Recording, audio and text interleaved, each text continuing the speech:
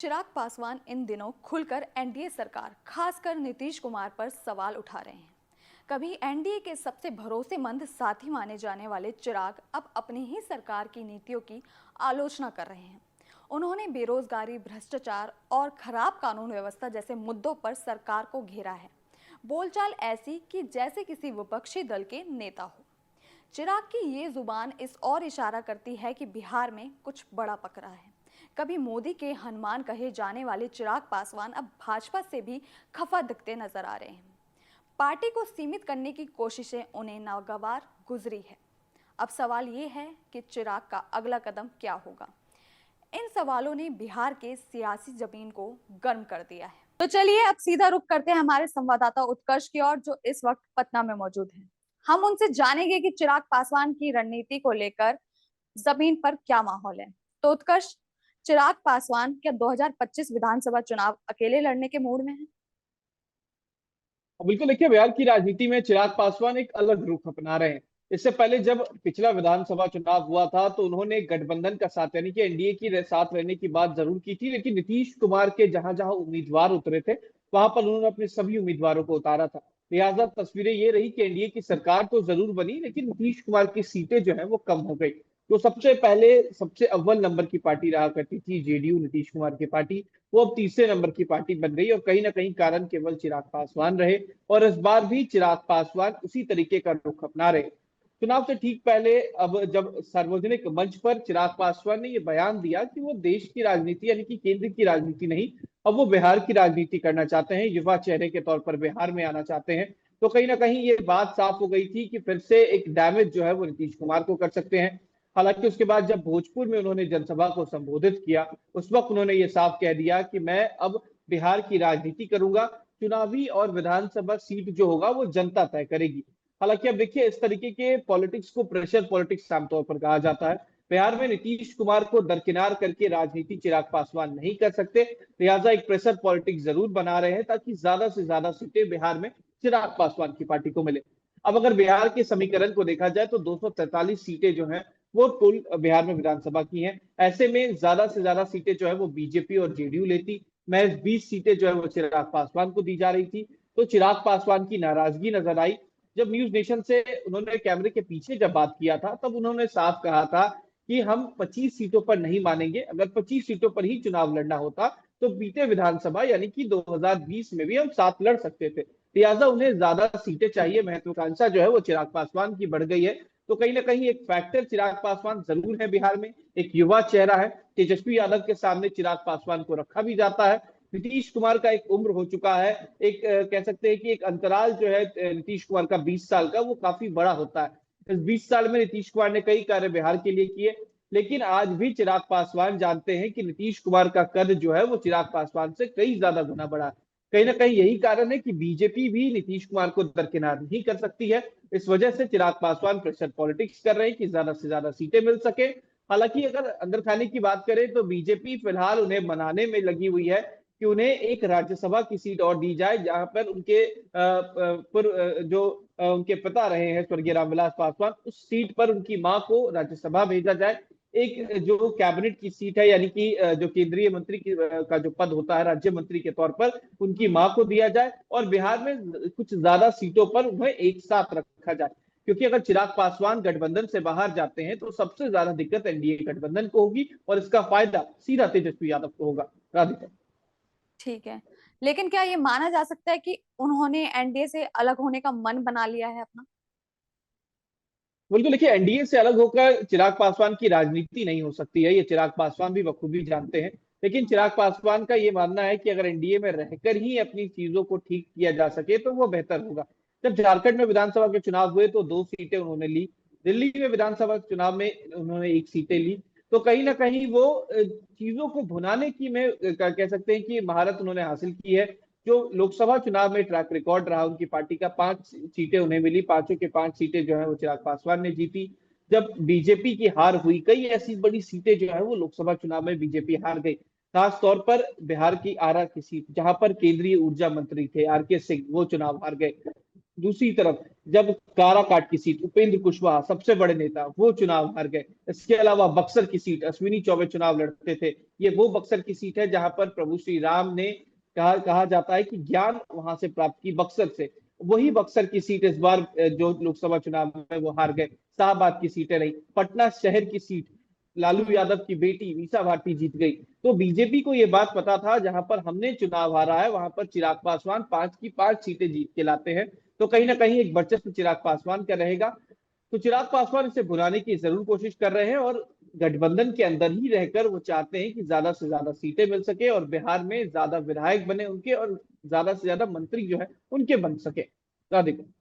ठीक है, अगर उनके हाल मतलब जो उन्होंने अभी रिसेंट में बयान दिए हैं, उनको अगर देखा जाए तो आपका क्या नजरिया है? मतलब कानून व्यवस्था पर सवाल उठाना, एनडीए गठबंधन में है अभी वो, तो नीतीश की सवाल मतलब नीतीश पर ही सवाल करना हुआ।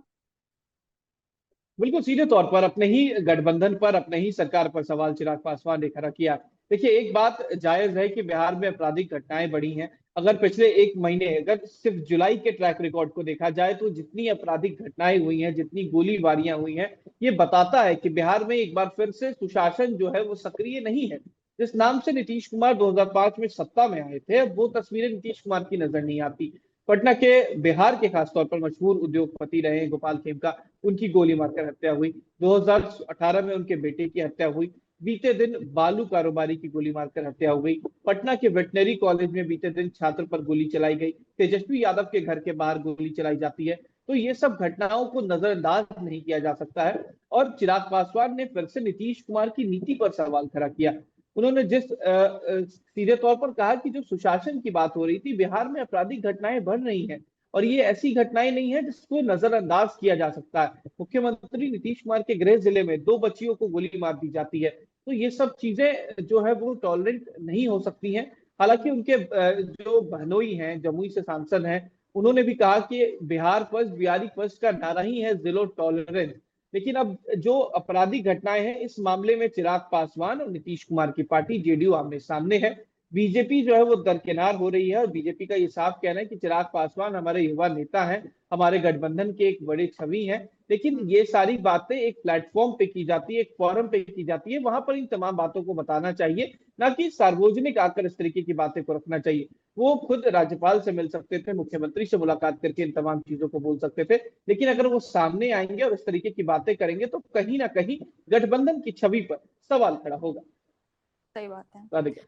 तो क्या भाजपा और चिराग पासवान के जो रिश्तों में खटास बढ़ती हुई नजर आ रही है, तो उसका मेन कारण नीतीश कुमार है या कोई और वजह है? देखिए राधिका, अगर भाजपा और चिराग पासवान में खटास की बात की जाए तो कोई खटास नहीं है। भाजपा से चिराग पासवान को कोई दिक्कत नहीं है। चिराग पासवान को नीतीश कुमार से दिक्कत है, नीतीश कुमार की नीति से दिक्कत है। और यही एक कारण रहा है कि पहले भी नीतीश कुमार के कार्य का विरोध चिराग पासवान कर चुके हैं। बीजेपी को, खासतौर पर विपक्ष का ये साफ कहना है कि जानबूझकर चिराग पासवान को आगे किया जा रहा है, ताकि बीजेपी आगे बैकफुट पे रह के चिराग पासवान को फ्रंट फुट पे रखे और नीतीश कुमार को डैमेज किया जा सके। एक नारा जो है इस बार चुनाव में रखा गया कि 2025 फिर से नीतीश। हालांकि नीतीश कुमार को लेकर कई सारी बातें जो है वो सोशल मीडिया पे सामने आती है कि अब पूरी तरीके से नीतीश कुमार स्वस्थ नहीं है, बिहार की राजनीति उन्हें छोड़ देनी चाहिए। यही सारी बातें लोकसभा के चुनाव के वक्त भी आई थी। लेकिन नीतीश कुमार को लेकर सम्राट चौधरी, बीजेपी के बड़े नेता हैं, उन्होंने कहा कि अचेत नहीं सचेत है मुख्यमंत्री, मुख्यमंत्री को सारी बातें पता है। अब नीतीश कुमार को दरकिनार कर अगर चिराग पासवान या बीजेपी सोचती है सत्ता में आना, तो ये कह सकते हैं कि उनकी एक बेवकूफी हो सकती है। नीतीश कुमार को सत्ता से बाहर करके कोई राजनीति में नहीं आ सकता जब तक नीतीश कुमार पूरी तरीके से स्वस्थ है। हालांकि बार बार ये कहा जाता है कि जो पूर्व रक्षा मंत्री रहे हैं जॉर्ज फर्नांडिस, वैसी ही स्थिति फिलहाल नीतीश कुमार की हो गई है। लेकिन नीतीश कुमार ने पिछले कई दिनों में जो कार्य किए हैं, चाहे वो वृद्धा पेंशन को बढ़ाना हो, 1100 रुपए, 400 से 1100 रुपए किया गया हो, या फिर महिलाओं के लिए अलग से बसों का परिचालन जो है वो शुरू किया गया। इसके अलावा महिलाओं को 35% आरक्षण दी गई। और इन सभी से परे हटकर जो जातीय गणना बिहार में कराया गया, इसका फायदा कहीं ना कहीं बिहार की महिलाओं को मिला, शराबबंदी हुई। तो कई ऐसी चीजें हैं जो नीतीश कुमार ने की। अगर विकास के तौर पर भी देखा जाए तो राघोपुर, जो तेजस्वी यादव का विधानसभा क्षेत्र है, वहां पर भी आजादी के बाद पहली बार 6 लेन ओवरब्रिज का कार्य नीतीश कुमार ने कराया। पुनौरा धाम, मां जानकी की मंदिर, सीता मां का मंदिर, वहां का पुनर्विकास जो है वो किया जा रहा है, एक्सप्रेसवे जो है वो बिहार में बनाए जा रहे हैं। तो जो सड़कों पे, बिजली पर और स्वास्थ्य पर जो नीतीश कुमार ने काम किया है उसको दरकिनार नहीं किया जा सकता। रोजगार पर जरूर तेजस्वी यादव सवाल खड़ा करते हैं, लेकिन ऐसा नहीं है कि 17 महीने के कार्यकाल से पहले बिहार में रोजगार नहीं दिया जाता था। रोजगार पहले भी दिया जाता था, लेकिन संख्या कम होती थी। और अब चुनाव से पहले 12 लाख रोजगार की बात जो नीतीश कुमार ने की थी, अब वो पूरा करने की कोशिश कर रहे हैं। और एक सबसे बड़ी बात, महज 15 दिन, 1 महीने का वक्त और बचा हुआ है। पटना में मेट्रो का कार्य जो है वो भी शुरू हो जाएगा। पटना मेट्रो जो है वो 15 अगस्त से शुरू हो जाएगा। तो बिहार के लिए कार्य नीतीश कुमार ने किया, और कहीं ना कहीं यही एक कारण है कि नीतीश कुमार आज भी सत्ता में है, और नीतीश कुमार का फायदा, कार्य का फायदा जो है वो आम जनता जो है वो खासतौर पर उठा रही है। हम्म। राधिका। ये जो नीतीश कुमार पर चिराग लगातार हमले कर रहे हैं, तो इसकी असली रणनीति क्या हो सकती है? बिल्कुल, देखिए, सत्ता में रहना सबको पसंद होता है, और बिहार की राजनीति एक ऐसा राज्य है जहाँ की राजनीति जो है वो तमाम लोग करना चाहते हैं। अब देखिए, आम आदमी पार्टी भी बिहार के सभी सीटों पर चुनाव लड़ना चाह रही है, तो खुद चिराग पासवान क्यों पीछे रहेंगे। चिराग पासवान भी ये साफ चाहते हैं कि हमें ज्यादा से ज्यादा सीटें जो है वो बिहार में मिल सके, बिहार में उनके मंत्री बने, बिहार में उनके विधायक बने। फिलहाल बिहार में उनके एक भी विधायक नहीं है। तो हम्म। ये महत्वाकांक्षा जो है चिराग पासवान की, और चिराग पासवान ये जानते हैं कि आने वाला समय जो है वो युवा का है। तेजस्वी यादव युवाओं की बात करते हैं, और सबसे बड़ी बात, युवा आयोग जिसका गठन नीतीश कुमार ने किया, इसकी चर्चा तेजस्वी यादव ने भी की, चिराग पासवान ने भी की, संसद में भी चिराग पासवान ने इस बात को कहा था।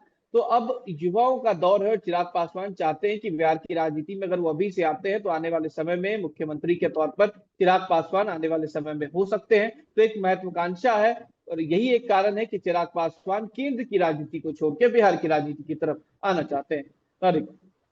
अच्छा, तो आखिरी सवाल ये होगा कि जमीनी स्तर पर एलजेपीआर की स्थिति कितनी मजबूत है फिलहाल? देखिए, चिराग पासवान ऐसे व्यक्ति के बेटे हैं जिनको कहा जाता है कि मौसम वैज्ञानिक थे। यानी कि हम स्वर्गीय रामविलास पासवान की बात कर रहे हैं। जिस हम्म। तरफ रामविलास पासवान होते थे, सरकार और सत्ता उनकी तरफ होती थी।